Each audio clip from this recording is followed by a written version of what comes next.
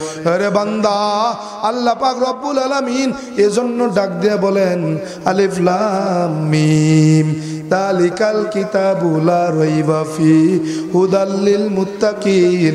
আল্লাহ পাক রব্বুল আলামিন ডাক দিয়ে বলেন আলিফ লাম মিম, এই হরফের অর্থ কেবল আল্লাহ জানে, দুনিয়ার কোনো মাখলুক তা জানে না, দুনিয়ার কোনো মানুষ তা জানে না, কোনো নবী রাসূলও জানে না, কোনো জিন ইনসানও জানে না।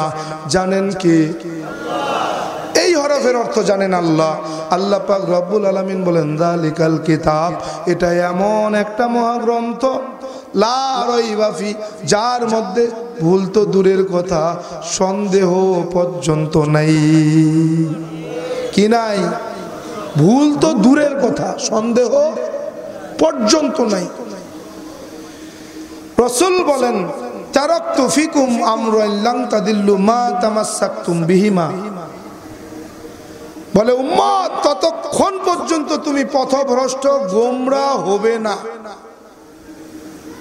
যতক্ষণ পর্যন্ত কিতাব আল্লাহ, আল্লাহর কালাম কোরআন ওয়া সুন্নাত রাসূলি, আর রাসূলের সুন্নতকে আঁকড়ে ধরবে। কয়টা জিনিস? কয়টা? দুইটা। এক নম্বরে কোরআন, দুই নম্বরে সুন্নাহ, হাদিস কিন্তু না। আমাদের সমাজে এই হাদিসের অপব্যাখ্যাকারীর অভাব নাই। বলে কোরআন আর হাদিস মানো। কি মানো? কোরআন আর হাদিস। আমার রাসূল একটা হাদিসের মধ্যেও হাদিস মানার কথা বলেন নাই। আমার রাসূল বলেন কোরআন আর সুন্নাহকে যদি তুমি আঁকড়ে ধরতে পারো, গোমরা পথভ্রষ্ট তুমি হবে না। কি ধরতে বলছে? কোরআন এবং সুন্নাহ। একটা হাদিসও নাই যেখানে আল্লাহ রাসূল হাদিস মানার কথা বলছেন। কেমন? বলে সমস্ত হাদিস সুন্নত নয়। সমস্ত হাদিস কি নয়? সুন্নত নয়, কিন্তু সমস্ত সুন্নতি হাদিস। সমস্ত সুন্নতি কি? হাদিস। সমস্ত হাদিস সুন্নত নয়, কিন্তু সমস্ত সুন্নত হাদিস। মনে রাখতে হবে। যদি আপনি বলেন কোরআন আর হাদিস মানতে হবে, তাহলে দাঁড়ায় প্রসাব করতে হবে। কথা বলেন, দাঁড়ায় প্রসাব করা সহিহ হাদিস, বুখারী সহিহ বুখারীর সনদ মতন সব ঠিক। আল্লাহ রাসূল দাঁড়ায় প্রসাব করছেন, আপনার জন্য জায়েজ। আল্লাহ রাসূলের জন্য এটা স্পেশালি, আপনার আমার জন্য না। তাইলে এই হাদিস যদি মানতে হয়, তাহলে দাঁড়ায় প্রসাব করা লাগবে। কি? কিন্তু সুন্নাত হলো আল্লাহ রাসূল বসে ইস্তেনজা করতেন, এটা সুন্নাত। এই যে সুন্নাত, এটা হাদিস কিনা? এই সুন্নাতটা হাদিস কিনা? হাদিস। এজন্য বলছি মনে রাখতে হবে, সমাজের মধ্যে ইমানচলের অভাব নাই। বর্তমান সময়ে ইমানচলের শেষ নাই। কেমনে মুসলমানের ইমান ধ্বংস করতে হবে, ইমান বিধ্বংসী করা একটা দল বের হয়ে গেছে। এদের কাজ হলো মুসলমানের ইমান ধ্বংস করতে হবে। কথা বলেন? এজন্য মনে রাখতে হবে উম্মত, সমস্ত হাদিস কি কি কথা কয় না কেন?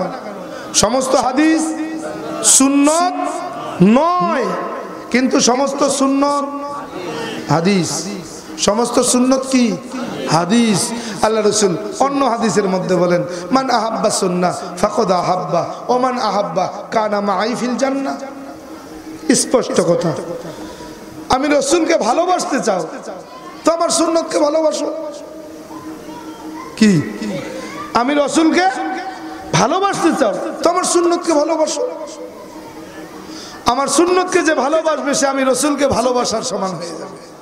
সুবহানাল্লাহ বলেন। এখন একদল আছে না, দাবি করে সুন্নি, দাবি করে সুন্নি, তার চেহারায় শরীরে 3.5 হাত বডিতে সুন্নত নাই। কথা কয় না, নাই, এরকম নাই। দাবি করছে কি সুন্নি, কিন্তু তার 3.5 হাত বডিতে কি নাই? সুন্নত নাই। কেমন হইল? কেমন হইল? ওইরকম। কেমন?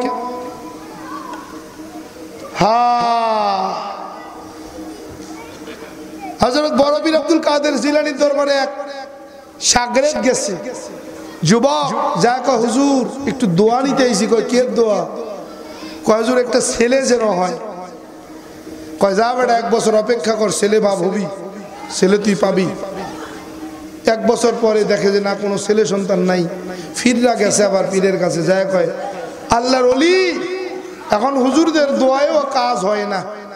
কেন? বলে হুজুর 1 বছর আগে আসছিলাম দোয়া চাইলাম দোয়া একটা ছেলের বাবা যেন হই।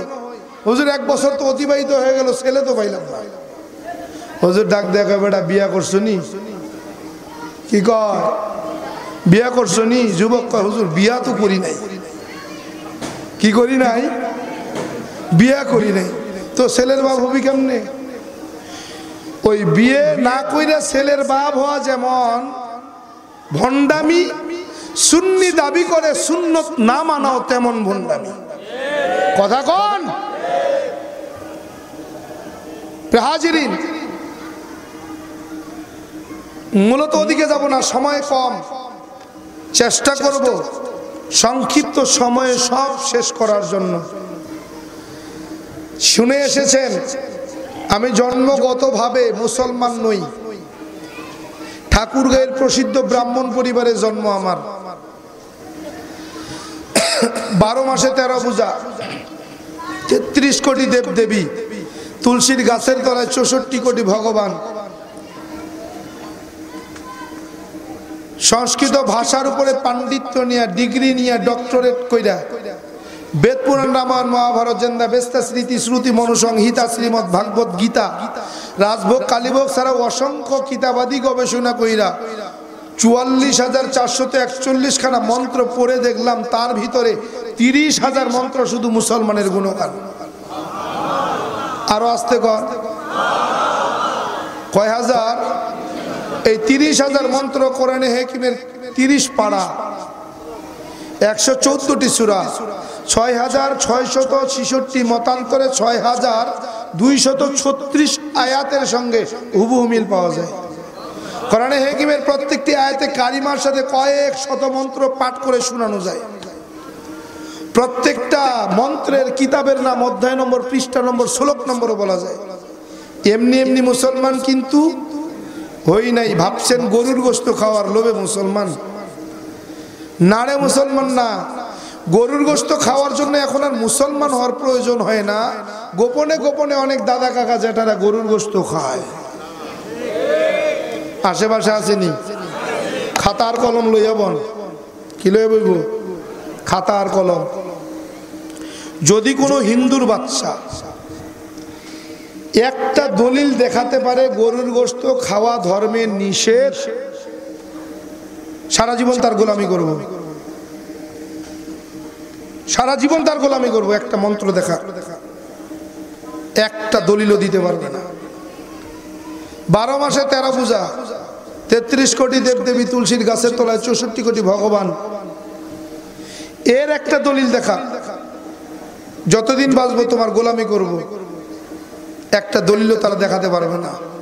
এজন্য আমার সামনে কোনোদিন মুখোমুখি তারা বসে না। আমার সামনে কি মুখোমুখি তারা বসে না। ওরা বোঝে যে বসলেই মুসলমান হওয়া লাগবে, নাইলে বেরোনোর কায়দা থাকবে না। এজন্য তারা আমার সামনে আসে না। বলি খালি শোনে, শোনা পর্যন্তই থাকে, সামনে আসে না। হাজিরি,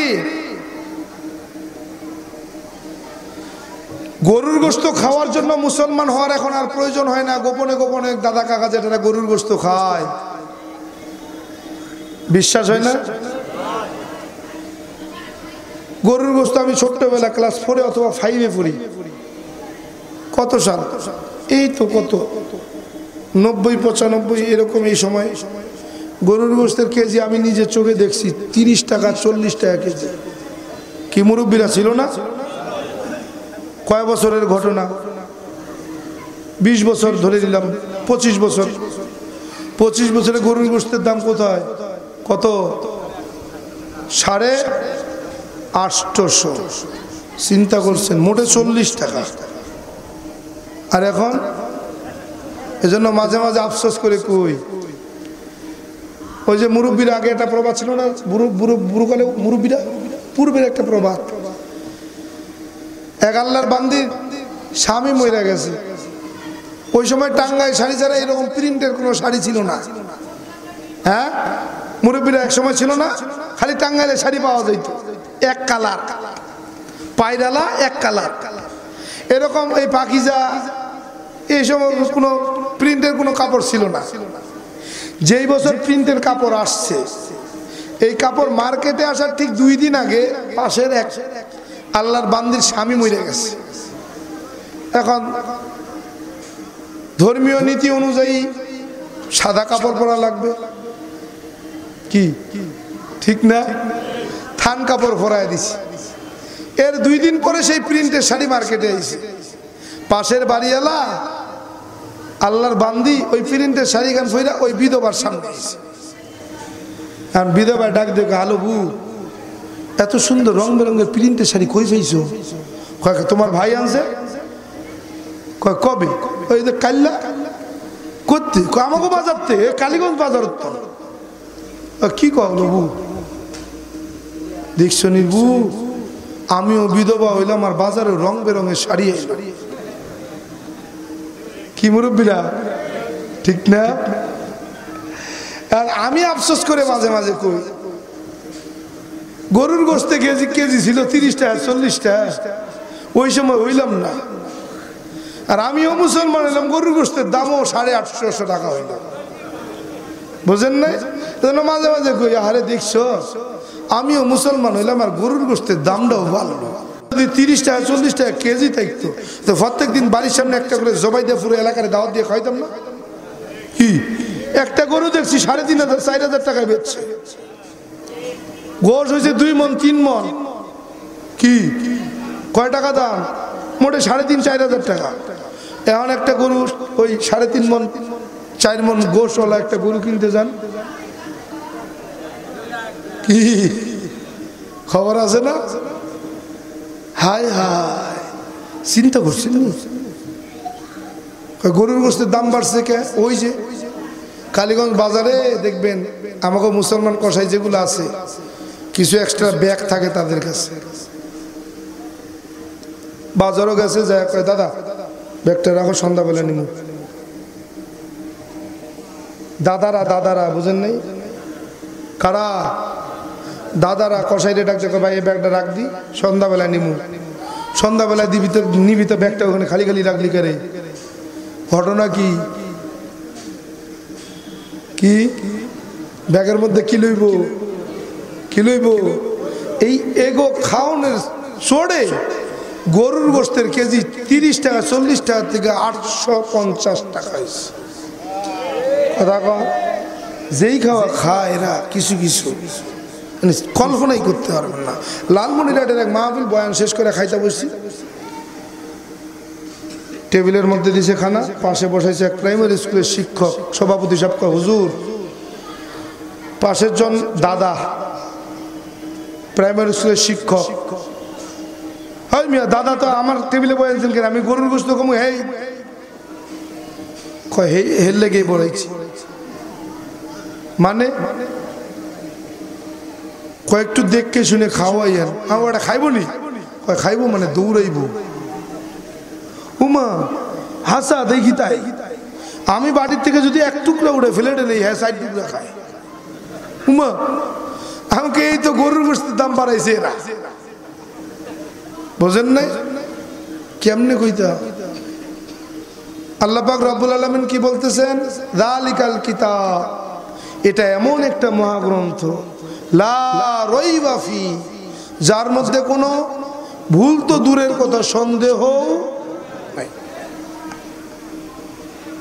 কিয়ামত পর্যন্ত এই কোরআন নির্ভুল থাকবে। একটা জের, একটা জবর, একটা পেশের পরিবর্তন করার ক্ষমতা পৃথিবীর কোনো বাপের বেটার নাই। কি আছে? আজ পর্যন্ত এই প্রায় 1500 বছরের ভিতরে কম বেঈমানেরা আল্লাহর কোরআনের ভুল বের করতে যায় নাই। কি যখন কোরআন নাজিল হচ্ছে, আবু জাহেল্লা ডাক দেখা, এই মুহাম্মাদের কোরআন, মুহাম্মাদের নামে নাকি আল্লাহ কোরআন পাঠাইতেছে। কি এত সুন্দর সুন্দর ছন্দ তো আমরাও বানাতে পারি, এটা আবার আল্লাহর কোরআন হয় কেমনে? আল্লাহর কালাম কেমনে হয়? এরম কালাম তো এরম ছন্দ তো আমরাও বানাতে পারি। আল্লাহ রসুলকে চ্যালেঞ্জ কি দিল? চ্যালেঞ্জ। ফাইল্লাম তাফালু, আল্লাহ কয় নবী জানায়া দেন, ফাইল্লাম তাফালু, তাদেরকে জানায়া দেন তারা যদি পারে, তারা যদি পারে। কোরআনের মধ্যে সবচেয়ে ছোট সূরা, 3 আয়াত বিশিষ্ট, 3 লাইন বিশিষ্ট একটা ছন্দ সূরা, নাম তার কাউসার। নাম কি? কাউসার। এরকম 3 লাইনের একটা ছন্দ বানায়া দেখা। ফাইল্লাম তাফআলু, যদি তারা পারে 3 লাইন বিশিষ্ট একটা ছন্দ বানায়া দেখা। আল্লাহ আবার পরেই এসে বলতেছেন ওয়ালাং তাফআলু, এবং তারা তা কখনোই পারবে না। আল্লাহ চ্যালেঞ্জ শুনলেন, আবার এসে বলে দিচ্ছেন, বলে তারা তা কখনোই পারবে না, নিশ্চিত তারা তা পারবে না। নবী জানায়া দেন আকুউদান নাসু ওয়াল হিজার ফাত্তাকুন নারাল্লাতী ওয়াকুদুহান নাসু ওয়াল হিজার। ও রাসূল জানায়া দেন, যদি তারা না পারে, তারা যেন ওই আগুনকে ভয় করে, ওই নার, ফাত্তাকুন নার, ওই আগুনকে যেন ভয় করে, যেই আগুন আমি জ্বালায়া রাখছি মানুষ এবং পাথরের জন্য। মানুষ এবং পাথরের জন্য। কোথায় জ্বালায়া রাখছে? ওই জাহান্নামের ভিতরে। বলে রাসূল তাদেরকে জানায়া দেন, যদি তারা পারে 3 লাইনের একটা ছন্দ বানায়া দিক, এবং তারা তা কোশ্চিনকালেও পারবে না। যদি তারা না পারে, তাদেরকে বলে দেন তারা যেন ওই জাহান্নামকে ভয় করে, যেই জাহান্নামের মধ্যে আগুন জ্বালায়া রাখছি আমি মানুষ আর জিনদেরকে ফালানোর জন্য। আবু জাহেল্লা চ্যালেঞ্জ গ্রহণ করলেন, কয় নবী মুহাম্মদ চ্যালেঞ্জ, এরকম ছন্দ আমরা ভুরি ভুরি বানাতে পারি। রাসূল বলেন চাচা পারলে দেখান। আবু জাহেল্লা ওই সময়ে গোটা বিশ্বের সবচেয়ে বড় বড় কবি, লেখক, দার্শনিক, গবেষক গুলোরে দাওয়াত দিলেন। সব আসলো। আইসা কয় লিডার কি জন্য ডাকছেন? লিডার কয় ডাকছি তো আমার ভাতিজা মুহাম্মদ এক কোরআনের কথা বলে, কি সুন্দর সুন্দর ছন্দ বলে, এই ছন্দগুলো নাকি আল্লাহর কালাম। এরকম কালাম তো আমরা বুড়ি বুড়ি বানাইতে পারি। বলে চ্যালেঞ্জ দিছে, ইন্না আ'তাইনাকাল কাউসার ফাসাল্লি লিরাব্বিকা ওয়ানহার ইন্না শানিয়াকা হুয়াল আবতার। এরকম 3 লাইনের একটা ছন্দ বানায়া দিতে বলছে। লিডার, এটা কোনো ব্যাপার হইল? এরকম কিছু মানুষ আছে না, মানে এমন ভাব নেই যে মনে সব করে লাইছে, এটা কোনো ব্যাপার হইল? বাও শুরু করো। মেলে না, মেলে না। 1 দিন যায়, 2 দিন যায়, 3 দিন যায়, 7 দিন যায়, 15 দিন যায়, একটা লাইনও বানাতে পারে না। 15 দিন যাবার পরে 3 লাইন তো দূরের কথা, একটা লাইন বানাইছে। কয়টা? একটা লাইন বানাইছে। বানায়া 3 লাইনের সঙ্গে 4 লাইন মিলাইছে, ছন্দটা মিলাইছে। তাহলে কেমন? ওই সময়ের সব থেকে বড় কবি, লেখক, গবেষক লিখলেন একটা লাইন। লিখলেন কি?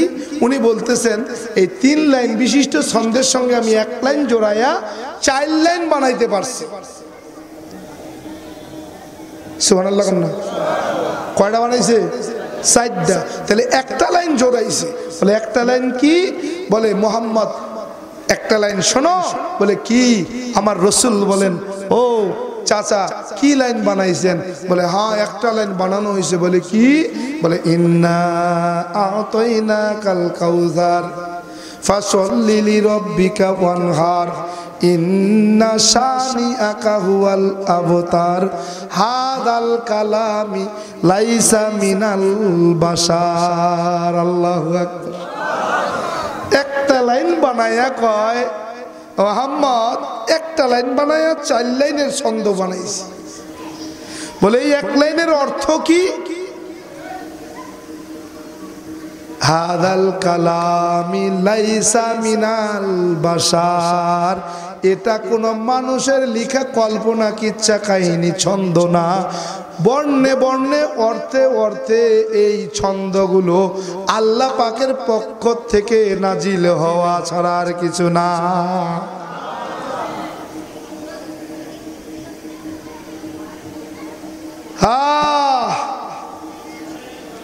এই জমিনের মধ্যে ওই আমেরিকার জমিনের 3 জন দার্শনিক ইসলামের ইতিহাসের দর্শন বিদ্যার উপরে ডক্টরেট করলেন। ইসলামের ইতিহাসের 3 জন দার্শনিক গবেষক, এই 3 জন ইসলামের ইতিহাস পড়া ইসলামের ইতিহাস সম্পর্কে তারা জানলেন। ওই ইসলামের ইতিহাসের গবেষণা করতে যাইয়া দেখে ওই ইসলামের ইতিহাসের ভিতরে মুহাম্মদের একটা ঘটনা আছে। মুহাম্মদ সাল্লাল্লাহু আলাইহি ওয়া আলিহি ওয়াসাল্লামের একটা জীবনী লেখা আছে। যদিও এখনকার শিক্ষা ব্যবস্থা এসব নাইটাই, কারণ এখনকার মুসলমান এসব শিখবে কি? এখনকার মুসলমানের বাচ্চারা শিখবে কয় তোমরা কি আলুর ভর্তা বানাতে জানো? কথা কয় না। এখনকার মুসলমানের বাচ্চা শিখবে কি? কয় তোমরা কি আলুর ভর্তা বানাতে জানো? আলুর ভর্তা বানাতে কি কি লাগবে তোমরা কি তা জানো? কি শিখাবে? আলুর ভর্তা বানানো। এদেরকে তো নবীজির জীবনী শেখানোর দরকার নাই। এদেরকে তো হযরতে ওমর, হযরতে আবু বকর, হযরতে ওসমান, হযরতে আলী রাদিয়াল্লাহু তাআলা আনহুমা আজমাইনদের জীবনী শোনানোর দরকার নাই। এদেরকে শিখাতে হবে কিভাবে আলু ভর্তা বানাতে হয়। এই বাসের ছবি এঁকে দিয়ে কবে ক্লাস 9 10 ইংরেজি বইয়ের মধ্যে লিখছে, ছবি আঁকাইছে একটা বাসের, লিখছে নিচে বাস। এখন পড়াইতেছে শিক্ষক, এটা কি? এটার নাম হলো বাস। ট্রেনের ছবি এঁকে দিচ্ছে, কয় এটার নাম কি তোমরা জানো? বলে এটার নাম হলো ট্রেন। ক্লাস 9 আর 10 এর মধ্যে শিখাইতেছে। কি শিখাইতেছে? যেই শিক্ষাটা আমার মা আমাকে শিশুকালে রান্নাঘরে চুলার কাছে বসে বসে শিখাইছে, এটা শিখাচ্ছে কখন? ক্লাস 9 আর 10 এর মধ্যে। চিন্তা করেন, আলুর ভর্তা বানানোর জন্য বলে ক্লাস করা লাগবে। একদিন আমার মেয়ে এসে কয়, আব্বু ওই আমার বান্ধবীরা ওই প্রাইমারি স্কুলে পড়ে ক্লাস 5-এ, কয় স্যারদের নাকি বিরিয়ানি রান্না করে খাওয়াইতে হবে। কেন? বলে এইটা আমাদের প্র্যাকটিক্যাল পরীক্ষা। চিন্তা করেন।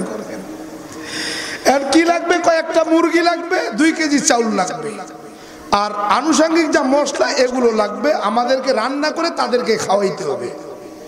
বাপের জন্মে শিক্ষকরা খায় নাই, ছাত্রীদের হাতে রান্না খাওয়ার জন্য তারা উঠে পড়ে লাগছে। কথা কয় না? আর কইলেই তো গায়ের মধ্যে পড়ে, জামু কই না কইলেও তো উপায় নাই। তো আমেরিকার 3 দার্শনিক ইসলামের ইতিহাসের গবেষক নীল আর্মস্ট্রং, এরিনল্ড রেইন, মাইকেল কলিন্স, এই 3 জন ইসলামের ইতিহাস পড়লেন। মুহাম্মদ সাল্লাল্লাহু আলাইহি সাল্লামের জীবনী পড়তে গিয়ে দেখেন মুহাম্মদ সাল্লাল্লাহু আলাইহি সাল্লামের শাহাদাত আঙ্গুলের ইশারায় 4 2 খণ্ড হয়েছে। 1400 বছর পরের ঘটনা। 1400 বছর আগে আবু জাহাল নিজের চোখে দেখছে। ইমান আনছে। 1400 বছর আগে নিজের চোখ দিয়ে দেখছে আবু জাহাল। আবু জাহাল পাহাড়ের উপরে দাঁড়ায় রয়েছে, আল্লাহ রসুল পাহাড়ের নিচ দিয়ে যাইতেছে। কয় মোহাম্মদ তাল আসো। আল্লাহ রসুল যা কয় চাচা, আয় মোহাম্মদ তুই নি আল্লাহর নবী? বলে হ্যাঁ। সত্যি আল্লাহর নবী? হ্যাঁ। কেমনে তোরে বিশ্বাস করি, এটা প্রমাণ দে। যদি প্রমাণে তুই পাশ করো, প্রমাণ সত্য হয়, পরীক্ষায় যদি তুই পাশ করো, দেখ আমি চাচা আবু জাহেল তোর কালেমা পড়ে মুসলমান হয়ে যাবো। কয় চাচা পাক্কা? হ্যাঁ পাক্কা। কসম? কয় কসম, খানায় কাবার মালিকের কসম। চাচা কয় কন? আল্লাহ রসুল কয় কন চাচা কি কি পরীক্ষা দিব? কয় মোহাম্মদ ওই চাঁদ দেখো, চাঁদ। দেখি তো। তুই যদি শাহাদত আঙ্গুলের ইশারায় চাঁদ 2 খণ্ড করে দিতে পারো, আমি চাচা তোর কালেমা পড়ে মুসলমান। কয় চাচা সত্য তো? হ্যাঁ। কসম? খোদার কসম। কয় বুঝছেন? কয় বুঝছি। আল্লাহ রসুল আল্লাহর দিকে উজু হয়ে বলতেছে, আরাব্বে কারীম, এই পরীক্ষায় পাশ হলে যদি আমার চাচা কালেমা পড়ে মুসলমান হয়, চাচা আল্লাহ এই পরীক্ষায় পাশ করার যোগ্যতা তুমি আমার শাহাদত আঙ্গুলের মধ্যে দিয়ে দাও। কয় চাচা রেডি? হ্যাঁ রেডি। আল্লাহ রসুল শাহাদত আঙ্গুল ইশারা দিয়ে চাঁদের মাঝখান থেকে টান দিলেন, চাঁদ 2 খণ্ড হয়ে পড়ে গেল। আবু জাহাল পাহাড়ের উপর থেকে লাফ দিয়ে নামে করে মুহাম্মদ বড় জাদুঘর। নাউজুবিল্লাহ কোন না? কই দেখছনি কত বড় জাদুঘর? আমি এতদিন জানতাম মুহাম্মদ শুধু দুনিয়াতেই জাদু করতে পারে, এখন দেখি আসমানেও জাদু করতে পারে। ওরে বাবা কত বড় জাদুঘর! নাউজুবিল্লাহ। ঈমান আনছে। 1400 বছর পরে এই 3 দার্শনিক, 3 গবেষক, ইসলামের ইতিহাসের গবেষক, Neil Armstrong, Eleanor Rain, Michael Collins, 3 জন ইসলামের ইতিহাস পড়তে যায় দেখে মুহাম্মদের শাহাদত আঙ্গুলের ইশারায় চাঁদ 2 খণ্ড হয়েছে। এইটা কতটুকু সত্য এটা যাচাই বাছাই করা দরকার। এর সত্যতা যদি না মিলে তাইলে বুঝবো দুনিয়াতে ইসলাম মিথ্যা। কি তাহলে কি করা যায়? কয় চাঁদে যাওয়া লাগবে। কোথায় যাবে? চাঁদে যাইতে হবে। কেমনে যাওয়া যায়? রকেটে তো কাম হইতো না, বিমান তো যাইতো না, তাহলে কি করা যায়? বলে আমরা 3 জন গবেষণা কইরা একটা যানবাহন বানাইলাম। যানবাহনের নাম হলো অ্যাপোলো 11। যানবাহনের নাম কি? অ্যাপোলো 11। কই নভোযান বানাইয়া আমরা 3 জন চিন্তা করলাম, ওই যে চাঁদ 2 খণ্ড হয়েছিল ওটা দেখবো কি দিয়া, কেমনে বুঝবো? চোখ দিয়ে যদি দেখতে না পাই তাহলে একটা যন্ত্র বানানোর দরকার। বলে অনুবীক্ষণ যন্ত্র। এই অনুবীক্ষণ যন্ত্রের গ্লাসের সামনে একটা বালুকণা দিলে স্পষ্ট বোঝা যায়। বলে এই 3 জন মিলে আমরা যে যন্ত্রটা বানাইছি এটার নাম মাইক্রোস্কোপ। এটার নাম কি? মাইক্রোস্কোপ। এই মাইক্রোস্কোপের গ্লাসে যদি এই বালুকণাটা 70 খণ্ড করে 1 খণ্ড দেওয়া হয়, বলে ওইটাও স্পষ্ট দেখা যায়। সুবহানাল্লাহ, বিজ্ঞান কোথায় যায় পৌঁছে গেছে। বলে এই মাইক্রোস্কোপ নিয়ে আমরা 3 জন অ্যাপোলো 11 নভোযান নিয়ে আমেরিকার সময় সকাল 10টায় রওনা করলাম। আমেরিকার সময় দুপুর 1টা। আমেরিকার সময় সকাল দুপুর 1টা। আমরা চাঁদের পৃষ্ঠদেশে কেবল পৌঁছেছি, এখনো চাঁদের ভিতরে ঢুকতে পারি নাই। 3 ঘন্টায় চলে গেছে চাঁদের দেশে। চাঁদের ভিতরে ঢুকি নাই।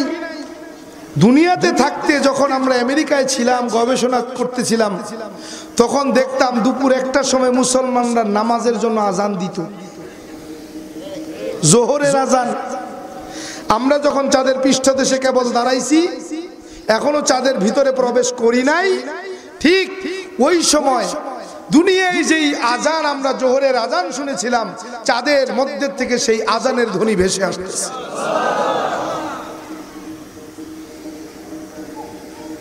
নীল আর্মস্ট্রং বলতেছেন চাঁদের ভিতরে প্রবেশ করলাম, দেখি কোথাও কোনো মানুষ পাওয়া যায় কিনা।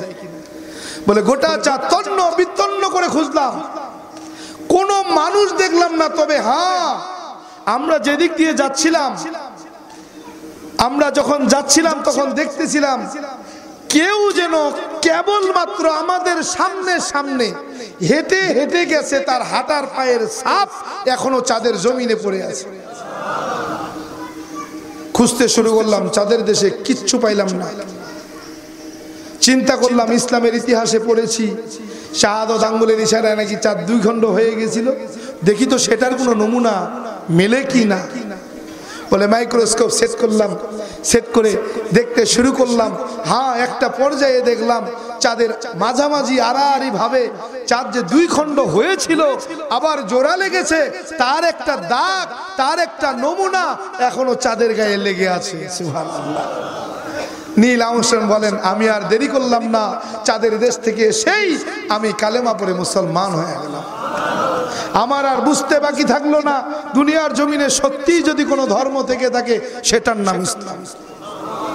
হাজিরিন, এরকম অগণিত ঘটনা আছে। বড় বড় দার্শনিক পণ্ডিত পুরোহিতরা কোরআনের ভুল বের করতে গিয়ে, কালেমার ভুল বের করতে গিয়ে তাদের নিজেদের ভুল ধরা পড়ে নিজেরা কালেমা পড়ে মুসলমান হয়েছে।